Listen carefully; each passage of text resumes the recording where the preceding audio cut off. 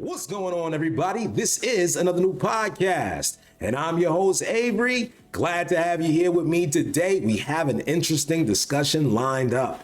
We're going to be talking about bigger women and the men that they can't get. We're going to be talking about men and the women that they can't get. And the Chads, the Tyrones, the Pookies, and the Ray Rays that seem to be getting whatever they want. So let's break it all down. Before we do, if you are new, make sure you subscribe to the channel and you are turning on notifications so you know every time I release a video. And if you like what you see, don't be afraid to show a little love to the like button.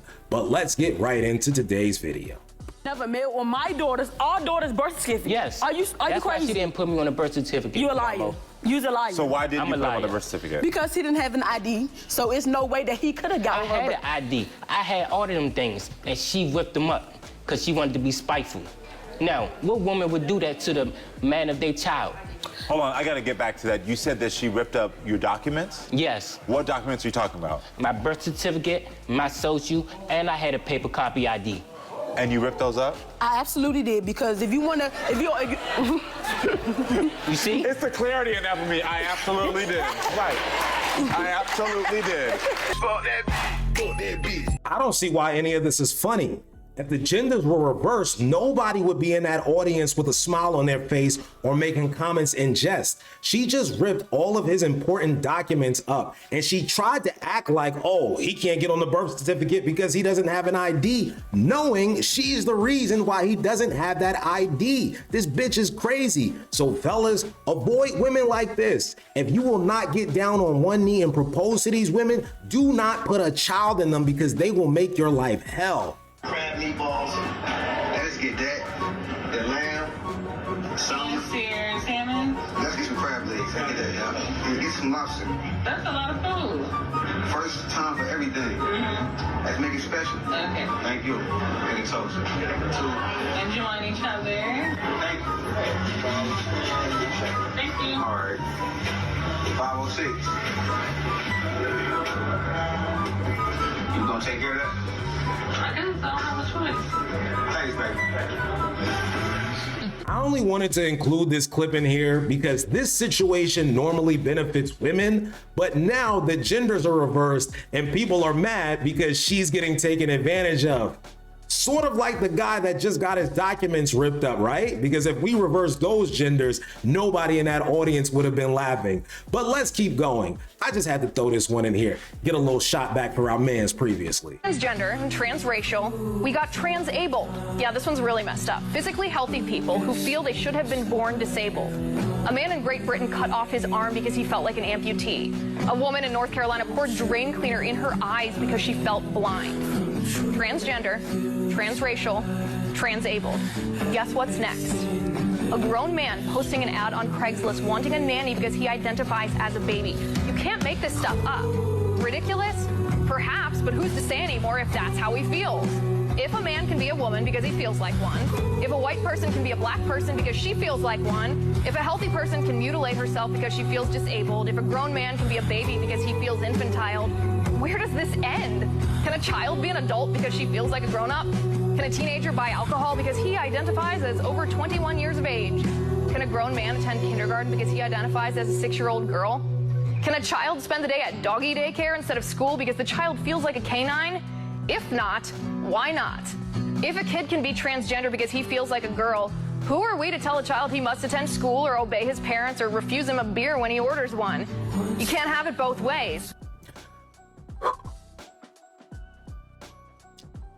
I'm so glad she brought this topic up because there are so many people living with dark truths that they just haven't found the strength or the courage to address. But today, I find my strength. I find my courage to tell you guys my truth. And it's something that I no longer want to have to hide. And it's something I've always known. I've always known that I'm trans financial. God, can you imagine how hard it was to say that? But I've known this since I was a kid. Ever since my mom would bring home the Finger Hut catalog and I would look at things that I knew I didn't have the money for, but in my heart, In my heart, I felt like I could afford it. So do you know the discrimination that I've gone through as I've walked into many places feeling like I should be able to afford something, but they told me I simply didn't have the money for it. I remember I tried to buy a Maserati, and I was so confident that I would have a car at the end of the day. Then they told me my credit score was a 400, and I didn't have the down payment to afford the car. And I felt so discriminated. I went and I found a lawyer, and I told him my story. And you know what he told me? You can't afford me. I felt so low. I felt so discriminated against in that moment, because it's like everything that I felt on the inside was being invalidated. It happened to me just last week. I went into the bank and I said, hey, Miss Bank Teller, can I please have $1 million out of Jeff Bezos' account? And they kicked me out. These motherfuckers threw me out like trash in the street because of who I am on the inside. So I want to speak for all of those that feel some way on the inside, but the world just won't see you that way. Speak up, find the courage, and don't let anybody tell you you're not who you say you are. I'm trans financial, and I'm walking in my truth. Numbers don't lie, and we know that most of these guys aren't in their 20s. Just imagine guys in their 20s aren't getting laid. That's when you're supposed to be like, yeah, for sure. Yeah, but they're not, because they don't have the accessibility. By the way, if you were to look at the chart, and I wish we could pull it up here, you would see what happens in the summer that the iPhone comes out, which is like 07. You'll see that is the bottom of the chart where the least number of men are not having sex, and it just goes up like this. The chart, it goes up like this to where it goes from, like, we're talking 11% up to 28%, and 33% from 2007. In a decade, yeah. Yeah, it's just madness how fast. For women, barely goes up. Not barely, it goes from maybe 12% to like 14, 16% of women are not having sex. So the number of women not having sex doesn't arise that much. The number of men not having sex skyrockets because of the iPhone. Because what the iPhone did and what social media did, it did not make it easier for men to have sex with women. It made it easier for a small group of men to have sex with all of the women. It might not sound like it at first, but these stats are a huge reason as to why this gender war continues to rage on, and I'll break it down and explain. Because men hear all the time how we're not shit, how all we do is lie and cheat. But then you have a third of men sitting out there sexless saying to themselves, well, it takes at least 2 women to cheat, and I can't even get to the 1. So how am I being included in this conversation? Why is my character being dragged through the mud? So let's take those men and let's sit them to the side because they have nothing to do with this. Let's focus on the other 2/3. And out of those men, a lot of them were barely able to get to the 1 woman, so they're not trying to fuck that up. So let's sit those men to the side. Let's also sit to the side the men of good character and morals who would never cheat. So what does that leave us with? A small population of men, referred to a lot of times online as Chads, Tyrones, Pookies, and Ray Rays. Men that are at the top of the food chain that can walk into a room and women automatically want to be with them. We're going to talk a little more about one later in the consequences of that, but let's keep the conversation here right now. Because men understand that those are the guys that women are saying lie to them and cheat on them, and men try to explain that, but women don't want to hear it. They want to include all of us in that conversation because they don't want to take accountability and say, I just might be choosing the wrong guy. There might be other men out there that are more suitable for my long-term goals when it comes to relationships, but I'm so focused on a profile that I cannot see past these men and see the rest of the good guys that might be out there somewhere. And so the cycle continues and the war rages on. It is honestly embarrassing how often I would overlook this in my past dating experiences. Like a few years ago, there was this guy that I hooked up with on and off for about like a year. And of course, he was a stereotypical frat finance bro. I always knew that we were just a hookup and it was never gonna turn into anything real. But one day I asked him like, hey, do your friends know that you're into bigger girls? And he said, yeah, I tried to tell them once, but they just made fun of me, so I don't really talk to them about it. So I was like, what does that mean for like your dating life? So he literally said, yeah, I just F fat girls in private and then I'll just date and marry a skinny girl. And the sad part is I continued to sleep with him even after having that conversation. Another time in college, I was hooking up again with this guy for about 8-7 months.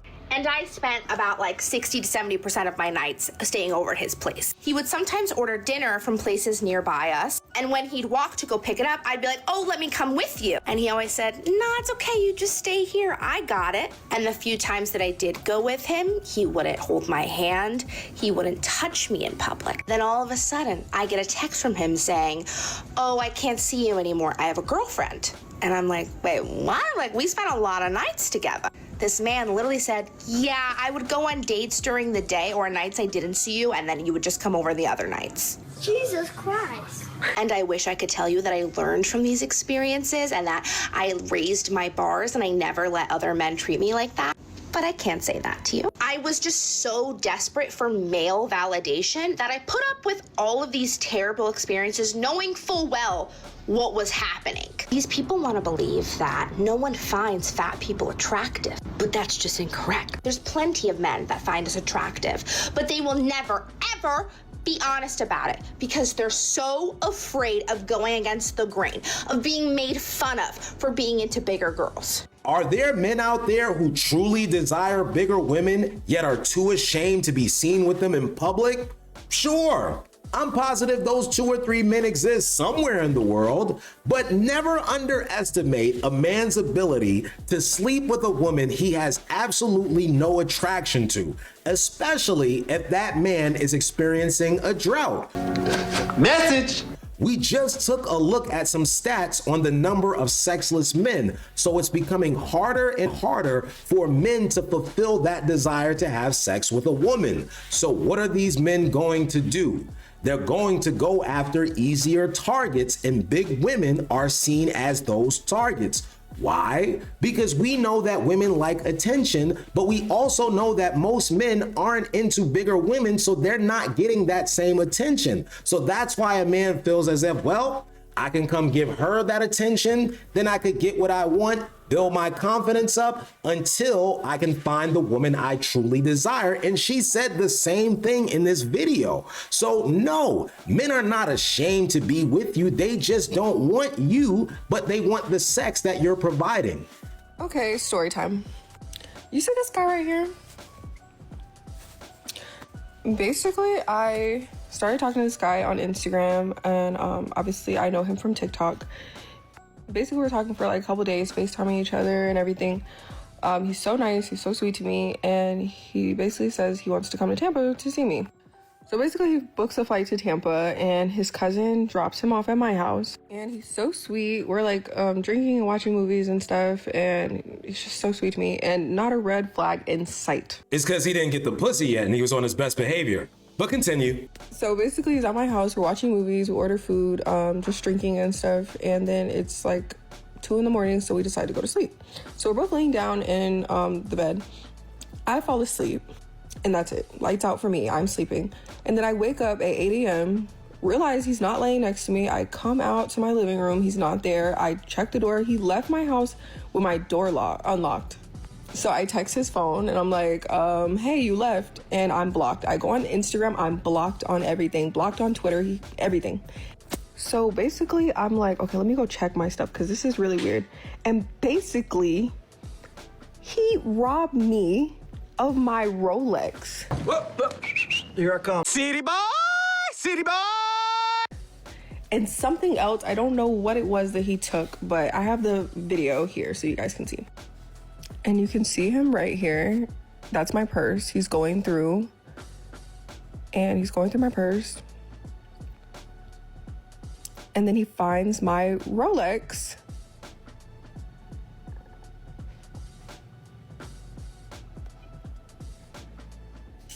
And he basically steals my watch and puts it on his wrist. I bet he went home that same night like, throw your rollies in the sky, waving side to side and keep your hands high. I'm gonna be honest with you guys. I don't have a whole lot of sympathy here, and she's lucky that this is the worst thing that happened out of the situation, because it could have gone a whole lot different if she invited a murderer into her home as opposed to a thief.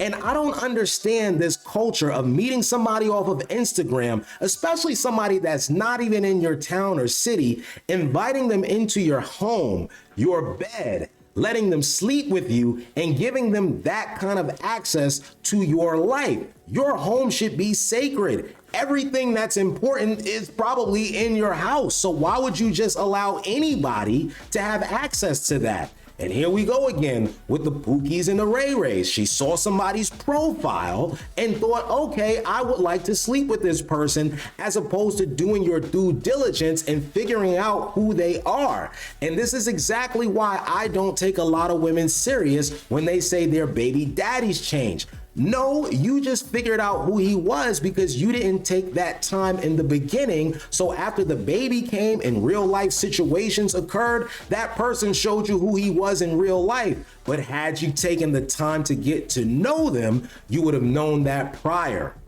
But that's gonna do it for this video. So subscribe to the channel, like the video, and if you guys have anything to say, please leave it in the comments below.